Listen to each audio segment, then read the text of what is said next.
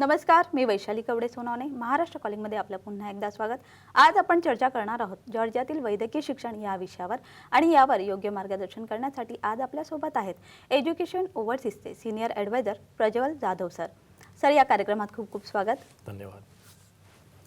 सद्यस्थितीत कोरोनाच्या प्रादुर्भावाची परिस्थिती पाहता डॉक्टरांचं महत्त्व काय असतं हे आपल्या सर्वांनाच माहिती आहे आणि हे प्रोफेशन निवडताना शिक्षणाबरोबरच जिद्द, मेहनत आणि नंतरचे समाजासाठी घेतले जाणारे परिश्रम या सर्व बाबी तर अतिशय महत्त्वाच्या असतातच. आणि म्हणूनच या संदर्भात म्हणजे वैद्यकीय शिक्षणासंदर्भात मार्गदर्शन करण्यासाठी आज आपल्यासोबत प्रज्वल सर आहेत, ज्यांनी गेल्या अनेक वर्षांपासून बऱ्याच विद्यार्थ्यांना या क्षेत्रात मार्गदर्शन केले.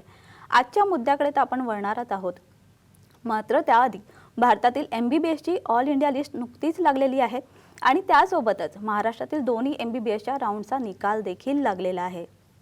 बऱ्याच विद्यार्थ्यांना त्याच्या मार्क्सनुसार चांगले मेडिकल कॉलेज देखील मिळालेले असतील, पण असंख्य असेही विद्यार्थी आहेत ज्यांच्या हाती मात्र निराशाच लागलेली आहेत. तर सर, खूप खूप कार्यक्रमात स्वागत आहे आपल्या ह्या कार्यक्रमामध्ये. सर, असंख्य असे विद्यार्थी आहेत ज्यांच्या हाती निराशा लागलेली आहेत आणि बहुतेक असे क्वालिफाय विद्यार्थी सुद्धा आहेत आणि त्यांच्या एक्सपेक्टेशन सुद्धा भरपूर आहेत. मात्र कट ऑफ लिस्ट पाहता भारतामध्ये सीट अलोकेशनची परिस्थिती काय आहे? निश्चितच या प्रश्नाचं उत्तर देण्या अगोदर ज्याही विद्यार्थ्यांना भारतामध्ये किंबहुना महाराष्ट्रामध्ये एक चांगलं गव्हर्नमेंट कॉलेज अलोकेट झालेलं आहे, ज्यांना सीट आणि ॲडमिशन भेटलं आहे, त्या सर्व विद्यार्थ्यांचं मनापासून अभिनंदन आहे. त्यानंतर जसं तुम्ही म्हणालात की एक्सपेक्टेशननुसार बऱ्याचशा विद्यार्थ्यांना यावर्षी महाराष्ट्रामध्ये किंवा भारतामध्ये सीट भेटली नाही आहे. आपल्या सर्वांना माहिती आहे ऑल इंडियाची जी MCC थ्रू काउन्सिलिंग होते त्याचे दोन्ही राऊंडचे निकाल लागलेले आहेत. त्यासोबतच महाराष्ट्रामध्ये जे स्टेट MBBS काउन्सिलिंग राऊंड्स असतात त्याच्याही दोन्ही MBBS काउन्सिलिंग राऊंडचा निकाल हा लागलेला आहे. नुकताच दुसऱ्या राऊंडचा निकाल 13 डिसेंबर रोजी रविवारी लागलेला आहे. या सर्व राऊंडचा जेव्हा निकाल लागला त्यावेळेला आपल्यासमोर असं आलं की यावर्षी भारतामध्ये महाराष्ट्रामध्ये कट ऑफ्स हे बरेचसे हाय लागलेले आहेत. त्याच्यामुळे बरेचसे असे विद्यार्थी आहेत ज्यांनी एक्सपेक्टेशन्स हाय ठेवले होते पण त्यांच्या हाती निराशा आलेली आहे. ते एक उदाहरण द्यायचं झालं तर जर आपण 2019ची नीट परीक्षेची पाहिली तर जे टॉपर होते नीट परीक्षेचे ते म्हणजे 701 मार्कांवर 2 विद्यार्थी हे मागच्या वर्षी टॉपर्स होते. पण जर आपण 2020च्या नीटची परिस्थिती पाहिली तर 2 असे विद्यार्थी आहेत ज्यांनी नीटची जी परीक्षा असते 720 मार्कांची, 720 पैकीच्या पैकी म्हणजे 720 मार्क त्यांनी आणलेले आहेत. किंबहुना त्यासोबतच आपण जर पाहिलं तर 111 असे विद्यार्थी आहेत ज्यांनी 700 मार्क्सहून जास्त स्कोर केलेला आहे. तर आपण पाहू शकता की संपूर्ण 2020च्या नीटच्या परीक्षेमध्ये बरेचसे असे विद्यार्थी होते ज्यांनी अतिशय सुंदर परफॉर्मन्स केलेला आहे आणि त्याच कारणामुळे यावर्षी भारतामध्ये MBBS सीटचे जे कट ऑफ आहेत ते 25 ते 35 मार्कांनी वाढलेले आहेत. त्यामुळे विद्यार्थ्यांना मी असं सांगू इच्छितो की फक्त एक्सपेक्टेशन ठेवून चालत नाही, तर त्याच्या साथीला तुमचा जो नीटचा स्कोर आहे तोही अतिशय महत्त्वाचा असतो.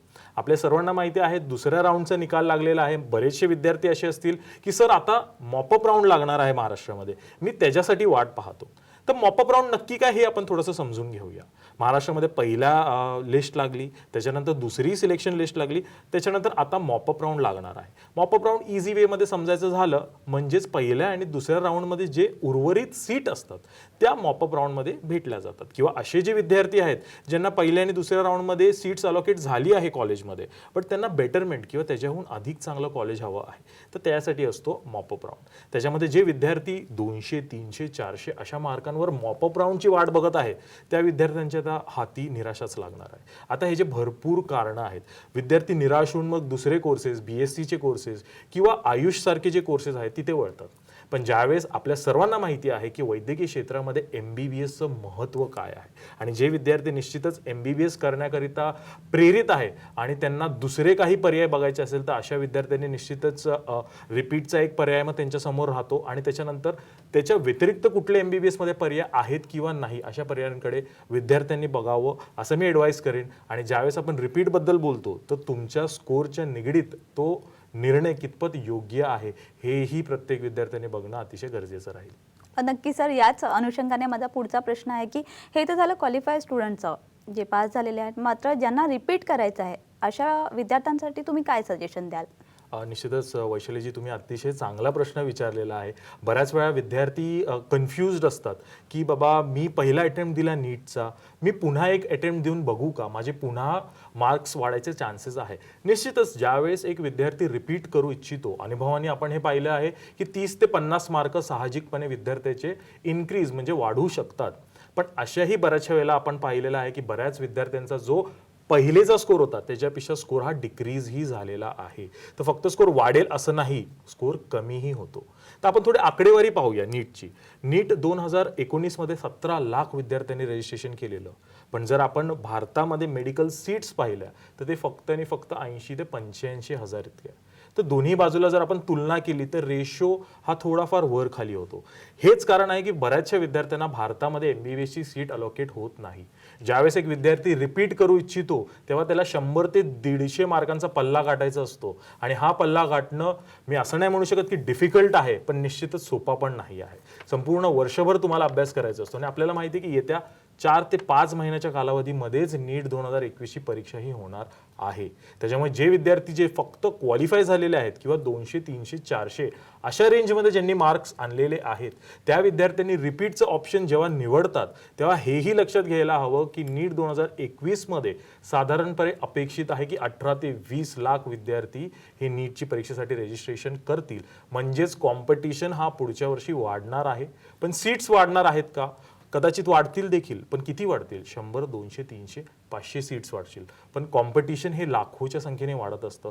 त्याच्यामुळे तुमचा नीट स्कोअर फक्त बघणं गरजेचं नाही, पण तुमच्या जिल्ह्यामध्ये, तुमच्या स्टेटमध्ये विद्यार्थी कसे परफॉर्म करत आहेत त्यानुसार तुमच्या स्टेटचे कट ऑफ्सही वाढतात. आपण यावर्षी आपल्यासमोर अतिशय चांगलं उदाहरण आहे की महाराष्ट्र राज्यामध्ये कसे कट ऑफ्स वाढलेले आहेत आणि हे कट ऑफ्स बघूनच रिपीट करायचा निर्णय घ्यावा आणि तो योग्य आहे किंवा नाही हेही प्रत्येक विद्यार्थ्याने स्वतः जज करावं.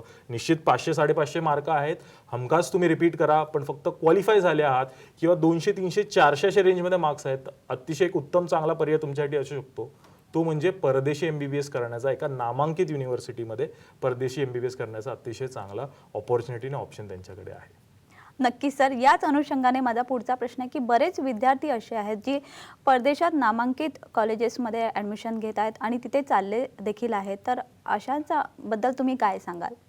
निश्चितच ज्यावेळेस आपण परदेशी MBBS करायचं असं ऐकतो तर विद्यार्थी आणि पालकांना वाटतं की अतिशय नवीन हा कॉन्सेप्ट आहे. पण असं नाही आहे. आपल्या माध्यमातून मी सर्व विद्यार्थी आणि पालकांना सांगू इच्छितो की बऱ्याचशा कालावधीपासून 20 ते 25 वर्षापासून विद्यार्थी परदेशी MBBS करण्याकरिता जात आहेत. आता त्याचं कारण काय?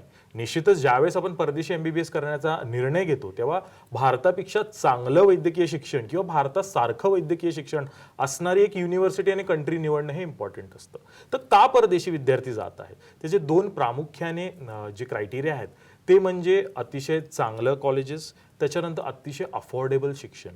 आता ज्यावेळेस आपण अफोर्डेबल शिक्षण आणि अब्रॉड एज्युकेशन म्हणतो तर बऱ्याचशा वेळेला पालकांना वाटतं की परदेशी शिक्षण हे खूप महाग असतं, पण असं नाही आहे. ज्यावेळेस MBBS हे परदेशी करण्याचा आपण निर्णय घेतो त्यात दोन भाग असतात.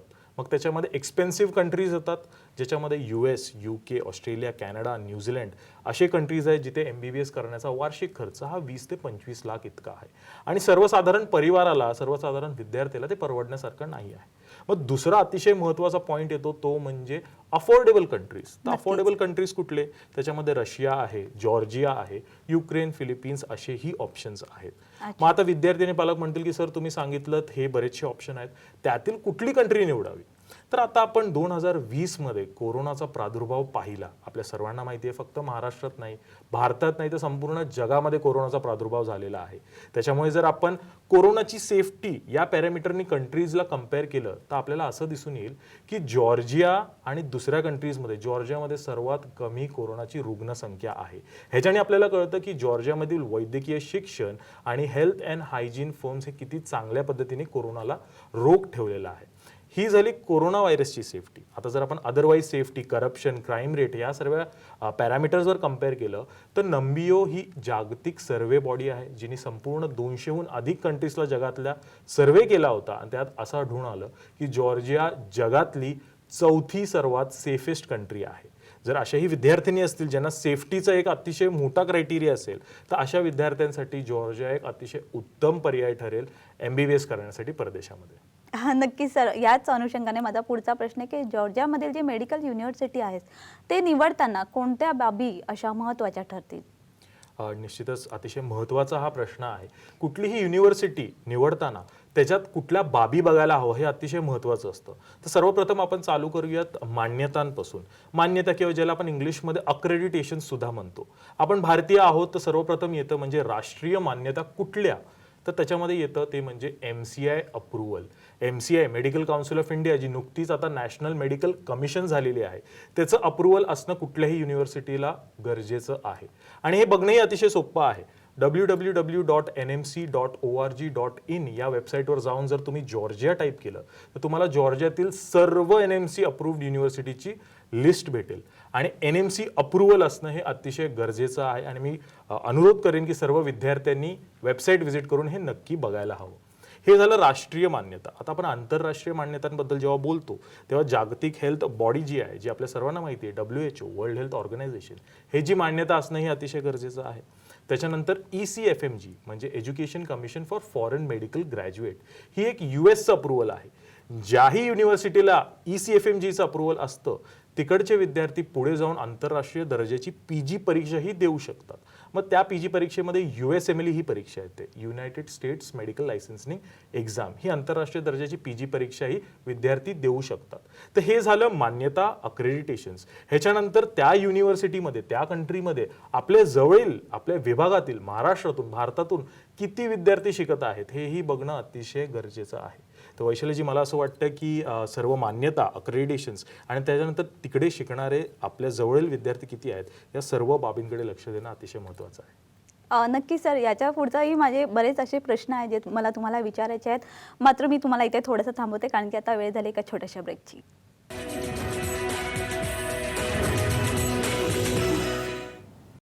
ब्रेकनंतर महाराष्ट्र कॉलिंगमध्ये आपलं पुन्हा एकदा स्वागत. आणि आपण चर्चा करतोय जॉर्जियामधील वैद्यकीय शिक्षण या विषयावर. आणि या विषयावर मार्गदर्शन करण्यासाठी आपल्यासोबत आहेत प्रज्वल सर. सर, नक्कीच आपण पाहिलं जॉर्जियाची जी युनिव्हर्सिटी आहे त्याबद्दल, पण मात्र त्याच्यामध्ये जे नामांकित युनिव्हर्सिटीज आहेत त्या निवडताना कोणत्या बाबी महत्त्वाच्या ठरतील हे तर आपण पाहिलं, पण त्या कशा निवडाव्या त्याबद्दल काय सजेशन द्याल? निश्चितच जसं मी म्हटलं की तुम्ही NMCच्या वेबसाईटवर जाऊन जेही NMC अप्रूव्ड युनिव्हर्सिटीज आहेत त्याची यादी पाहू शकता. तर त्या यादीमध्ये 20 ते 25 पेक्षा अधिक युनिव्हर्सिटीज आहेत. त्या सर्व युनिव्हर्सिटीमध्ये जर आपण पाहाल, विद्यार्थ्यांचा फीडबॅक हे लक्षात घेता जर आपण पाहाल, तर कौकासस इंटरनॅशनल युनिव्हर्सिटी, जी जॉर्जियाची राजधानी टिब्लिसी शहरात स्थित आहे, ही युनिव्हर्सिटी आपल्यासमोर उभारून येते. आता त्याचे भरपूर कारणं आहेत. त्याच्यामध्ये कौकासस इंटरनॅशनल युनिव्हर्सिटी ही 1995 पासून कार्यरत आहे. या युनिव्हर्सिटीला 25 वर्षाहून अधिक कालावधीचा वैद्यकीय शिक्षणाचा एक्सपिरियन्स आहे. त्यासोबतच जर आपण युनिव्हर्सिटीची इन्फ्रास्ट्रक्चर पाहिलं तर अतिशय मोठे इन्फ्रास्ट्रक्चर आहे. आणि जॉर्जियातील दुसरं सर्वात मोठे इन्फ्रास्ट्रक्चर असा अवॉर्ड ही कौकासस इंटरनॅशनल युनिव्हर्सिटी म्हणजेच CIU ला भेटलेला आहे. त्यासोबत जर आपण लायब्ररीबद्दल बोलायचं झालं तर कौकासस इंटरनॅशनल युनिव्हर्सिटीची लायब्ररी ही टिब्लिसी शहरातील अवॉर्ड विनिंग लायब्ररी आहे, जिथे नॅशनल आणि इंटरनॅशनल पब्लिकेशनचे बुक्स आणि जर्नल्स हे विद्यार्थ्यांच्या सोयीसाठी अवेलेबल असतात. आता हे झालं कॉलेज अकॅडमिक्स आणि जे अवॉर्ड्स आणि रेकग्निशन युनिव्हर्सिटीला भेटलेले आहेत. त्यासोबतच युनिव्हर्सिटीमध्ये USMLE म्हणजे United States medical licensing exam qualified असे फॅकल्टीज म्हणजेच शिक्षक ही तिथे शिकवत असतात. त्याच्यामुळे एक आंतरराष्ट्रीय दर्जाचं एक्सपोजर आणि एक्सपिरियन्स हा विद्यार्थ्यांकडे ट्रान्सफर होतो त्या शिक्षकांकडून. त्यानंतर जसं मी याआधीही बोललेलो की त्या युनिव्हर्सिटीमध्ये तुमच्या जवळील विद्यार्थी किती शिकत आहेत हे बघणंही गरजेचं असतं. तर कौकासस इंटरनॅशनल युनिव्हर्सिटीमध्ये मुंबई, पुणे, नागपूर, जळगाव, औरंगाबाद, सातारा, सांगली, कोल्हापूर, विदर्भ, गडचिरोली अशा संपूर्ण महाराष्ट्रातून विद्यार्थी शिकत आहे आणि अतिशय चांगल्या पद्धतीने त्यांचं MBBSचं शिक्षण पुढे नेत आहे. त्याचमुळे मला असं वाटतं की कौकासस इंटरनॅशनल युनिव्हर्सिटी हे जॉर्जियामधील एक परिपूर्ण डेस्टिनेशन आहे विद्यार्थ्यांच्या MBBSच्या शिक्षणाकरिता. नक्की सर, याच युनिव्हर्सिटीमध्ये MBBS आणि MD ह्याचा तर पर्याय आहे, मात्र पोस्ट ग्रॅज्युएशनचं काय? त्यासाठी काय पर्याय आहेत का? निश्चितच बरेचसे असे विद्यार्थी असतात ज्यांना फक्त MBBS नाही तर MBBS नंतर पोस्ट ग्रॅज्युएशनचा पर्यायही पाहिजे असतो. तर आम्ही एज्युकेशन ओव्हरसीजमध्ये विद्यार्थ्यांचं फक्त MBBS मध्ये ॲडमिशन नाही करत, तर MBBSच्या ॲडमिशनपासून पुढे त्यांच्या पोस्ट ग्रॅज्युएशनचं गायडन्स पण त्यांना प्रोव्हाइड करतो. त्याचं एक उदाहरण द्यायचं झालं म्हणजे एज्युकेशन ओव्हरसीज मार्फत कौकासस इंटरनॅशनल युनिव्हर्सिटीमध्ये आम्ही पहिल्या वर्षीपासून USMLE जी आंतरराष्ट्रीय दर्जाची PG परीक्षा आहे त्याची कोचिंग ही प्रोव्हाइड करतो. आणि महत्त्वाचं म्हणजे ह्याचं हायलाईट काय आहे की ही संपूर्ण कोचिंग फ्री ऑफ कॉस्ट आहे, निशुल्क आहे. विद्यार्थ्यांना या कोचिंगचे कुठल्याही पद्धतीचे एक्स्ट्रा चार्जेस हे पे नाही करायचे आहेत. त्यासोबतच आपण पहिल्या वर्षीपासून NEXT नॅशनल एक्झिट टेस्ट या परीक्षेची कोचिंग ही प्रोव्हाइड करतो. त्याच्यामुळे विद्यार्थी भारतामध्ये त्यासोबतच भारताबाहेरील PG options, career options, employment option ह्यासाठी रेडी असतात, तयार असतात. त्यासोबतच एज्युकेशन ओव्हरसीज मार्फत कौकासस इंटरनॅशनल युनिव्हर्सिटीमध्ये USMLE या आंतरराष्ट्रीय दर्जाची PG परीक्षेची स्कॉलरशिप सुद्धा प्रोव्हाइड केली जाते. जर एकदम स्पेसिफिकली सांगायचं तर $25,000 इतकी स्कॉलरशिप आपण विद्यार्थ्यांना प्रोव्हाइड करतो, जी इंडियन करन्सीमध्ये साधारण 18 लाख इतकी मोठी स्कॉलरशिप आहे. त्याच्यामध्ये ट्रॅव्हलिंग, राहणं, खाणं हे सर्व विद्यार्थ्यांचं इन्क्लूड असतं. तर निश्चितच फक्त MBBS नाही तर त्यानंतरचा PG पर्यायही एज्युकेशन ओव्हरसीज मार्फत कौकासस इंटरनॅशनल युनिव्हर्सिटी जॉर्जियामध्ये प्रोव्हाइड केला जातो. नक्की सर, याचा पुढचा माझा असा प्रश्न आहे की भारतामध्ये जी लायसन्सिंग एक्झाम असते त्याची जी पूर्वतयारी असते ती तुम्ही कशी करून घेता? निश्चितच वैशालीजी, आता ज्यावेळेस आपण लायसन्सिंग एक्झाम म्हणतो, आपल्या सर्वांना माहिती आहे medical council of India he dissolve झालेली आहे आणि नॅशनल मेडिकल कमिशन आलेली आहे. थोडंसं जर आपण 1-2 वर्ष पाठी गेलो 2017-2018 मध्ये फक्त विद्यार्थी जे परदेशी जात आहेत त्या विद्यार्थ्यांसाठीच FMG म्हणजे फॉरेन मेडिकल ग्रॅज्युएट एक्झामिनेशन अशी परीक्षा होती. भारतात शिकणाऱ्या विद्यार्थ्यांसाठी कुठलीही परीक्षा नव्हती. पण नॅशनल मेडिकल कमिशन NMCच्या अंतर्गत आत्तापासून जेही विद्यार्थी, मग ते परदेशी MBBS शिकू देत किंवा भारतामध्ये MBBS शिकू देत, सर्व विद्यार्थ्यांना MBBS झाल्यानंतर NEXT नॅशनल एक्झिट टेस्ट ही परीक्षा देणं अनिवार्य आहे. बराचसा विद्यार्थ्यां पालकांमध्ये एक समभ्रम आहे की ही परीक्षा अतिशय कठीण आहे. तर आपल्यामार्फत मी सर्व विद्यार्थी आणि पालकांना सांगू इच्छितो की कुठलीही परीक्षा जर अभ्यास केला चांगल्यारीत्या तर डिफिकल्ट किंवा कठीण अशी नसते. जसं मी तुम्हाला सांगितलं, कौकासस इंटरनॅशनल युनिव्हर्सिटीमध्ये उच्च दर्जाचं MBBSचं शिक्षण आहे, त्यासोबत USMLEची कोचिंग आहे, त्यासोबत NEXT या परीक्षेची पहिल्या वर्षीपासून कोचिंग ही प्रोव्हाइड केली जाते. त्याच्यामुळे पुढच्या 5 ते 6 वर्षाच्या कालावधीमध्ये जर विद्यार्थी सर्व लेक्चर अटेंड करेल, त्यासोबत प्रॅक्टिकल अटेंड करेल, त्यासोबत ही जी मिळणारी NEXTची कोचिंग आहे त्याचा जर फायदा असेल तर निश्चितच पहिल्या अटेम्प्टमध्ये विद्यार्थी ही जी NEXTची परीक्षा आहे ती क्वालिफाय करतील असा माझा विश्वास आहे. नक्की सर, तुमचा विश्वास हा तुमच्या बोलण्यातूनच दिसून येतोय. मात्र या युनिव्हर्सिटीमध्ये भारतीय जे विद्यार्थी आहेत त्यांच्यासाठी काय सोयीसुविधा असतात? निश्चितच विद्यार्थी आणि पालक जेव्हा पुढचे 5 ते 6 वर्ष एका परदेशातील कंट्रीमध्ये युनिव्हर्सिटीमध्ये वेळ त्यांचा देतात त्यावेळेस तिकडच्या सोयीसुविधा अतिशय महत्त्वाच्या आहेत. थोडक्यात सांगायचं झालं, जसं अकॅडमिक सुविधांबद्दल मी थोडा अगोदरच बोललो, USMLE NEXTची कोचिंग तर आहे, अतिशय चांगल्या दर्जाचं मेडिकल एज्युकेशन तुम्हाला युनिव्हर्सिटीमध्ये आहे. त्याच्यानंतर महत्त्वाच्या गोष्टी येतात ते म्हणजे हॉस्टेल आणि मेसचं काय, म्हणजे राहण्याची सोय आणि खाण्याच्या सोयीबद्दल काय. तर हॉस्टेलबद्दल सांगायचं झालं तर एज्युकेशन ओव्हरसीजचं स्वतःचं सेटअप आहे जॉर्जियामध्ये. त्याच्यामुळे विद्यार्थ्यांना कुठल्याही पद्धतीचे हॉस्टेल आणि मेसच्या निगडीत कुठलेही इश्यूज किंवा प्रॉब्लेम येत नाही आणि आले तर एज्युकेशन ओव्हरसीज तत्पर असतं ते इश्यूज आणि प्रॉब्लेम सॉल्व्ह करण्याकरिता. हॉस्टेलबद्दल बोलायचं झालं तर अतिशय वेल इक्विप्ड आपलं हॉस्टेल आहे. कम्फर्टेबल बेड्स असतात आपल्या हॉस्टेलमध्ये, 3 to 4 शेअरिंग बेसिसचे रूम असतात. त्यासोबतच विद्यार्थी आणि विद्यार्थिनींसाठी सेपरेट सेक्शन सुद्धा असतात. 24/7 फ्री वायफाय फॅसिलिटी असते, running water, heater, cooler facility असे बरेचसे सोयीसुविधा आपल्या हॉस्टेलमध्ये प्रोव्हाइडेड आहे. त्यासोबतच इंटिग्रेटेड म्हणजे हॉस्टेलमध्येच आपलं महाराष्ट्रीयन पद्धतीचं मेस सुद्धा आहे, जिथे विद्यार्थ्यांना लाईट ब्रेकफास्ट, लंच आणि डिनर हे प्रोव्हाइड केलं जातं. त्याच्यामुळे अतिशय सोयी सुविधा उपयुक्त हॉस्टेल आणि मेस आपलं जॉर्जियामध्ये आहे. नक्की सर, आता सध्या तुम्हाला माहिती आहे की सध्या कोरोनाचा काळ आहे, मात्र तुमची जी ॲडमिशन प्रक्रिया आहे ती कशी असेल? ॲडमिशन प्रोसेस अतिशय सोपी आहे. घर बसल्या घराच्या कन्व्हिनियन्समधून तुम्ही ॲडमिशन प्रोसेस घेऊ शकता. विद्यार्थी आणि पालकांच्या सोयीसाठी आपण ऑनलाईन ॲडमिशन पद्धती ठेवलेली आहे. त्यासोबतच व्हिडिओ काउन्सिलिंग, व्हॉट्सॲप काउन्सिलिंगसुद्धा आपण विद्यार्थी आणि पालकांना प्रोव्हाइड करतो. त्यासोबत लवकरच लवकर तुम्ही आपल्या ऑफिसेसला व्हिजिट करू शकतात. मग मुंबई, पुणे, जळगावमध्ये आपले ऑफिसेस आहेत. त्यासोबत संपूर्ण महाराष्ट्रामध्ये आपले ॲडमिशन सेंटरसुद्धा आहेत. तर तिकडे तुम्ही आम्हाला खालील दिलेल्या नंबरवर कॉन्टॅक्ट करून संपूर्ण ॲडमिशन प्रोसेस ही इझिली करू शकता.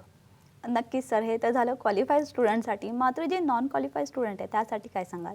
निश्चित बरेचसे असे विद्यार्थी आहेत ज्यांना चांगले मार्क नीटमध्ये भेटले नाहीत यावर्षी किंवा जे डिस्क्वालिफाय झालेले आहेत, अशा विद्यार्थ्यांसाठी बरेचसे वैद्यकीय क्षेत्रामध्ये पर्याय आहेत आणि ते पर्याय जाणून घेण्यासाठी आपल्या वेबसाईट तुम्ही व्हिजिट करू शकता किंवा खालील दिलेल्या नंबर्सवर तुम्ही कॉल करून आपल्या काउन्सिलरशी कॉन्टॅक्टमध्ये येऊ शकता. मी स्वतः अवेलेबल असतो, माझ्याशी तुम्ही कॉन्टॅक्टमध्ये येऊन जे काय पर्याय आहेत त्याच्याबद्दल आपण संदर्भात नक्कीच डिस्कशन करू शकतो. नक्की सर, जाता जाता तुम्ही काय संदेश द्याल? निश्चितच जे विद्यार्थी आणि पालक परदेशी MBBS करण्याचा विचार करत आहे, अतिशय सेफ, सिक्युरिटीनी, प्रिकॉशननी एज्युकेशन ओव्हरसीज विद्यार्थ्यांना PPE kit, sanitiser, face shields, mask या सर्व प्रिकॉशन्स घेऊन विद्यार्थ्यांना एज्युकेशन ओव्हरसीज चार्टेड फ्लाईट्सनी जॉर्जियाला घेऊन जाणार आहे आणि तुम्ही निश्चिंतपणे विद्यार्थ्यांना, पालकांना पाठवू शकता जॉर्जियाला MBBS शिक्षण करण्याकरिता. नक्की सर, एज्युकेशन ओव्हरसीज ही फार सुविधा प्रोव्हाइड करते आपल्या विद्यार्थ्यांसाठी आणि तुम्ही इथे आलात आणि एवढं छान मार्गदर्शन आमच्या विद्यार्थ्यांना तुम्ही दिलेलं आहे, आमच्या प्रेक्षकांना तुम्ही दिलेलं आहे, त्यासाठी खूप खूप धन्यवाद. आता वेळ होते इथेच थांबण्याची. पुन्हा भेटूया नवीन विषयासह. तोपर्यंत नमस्कार.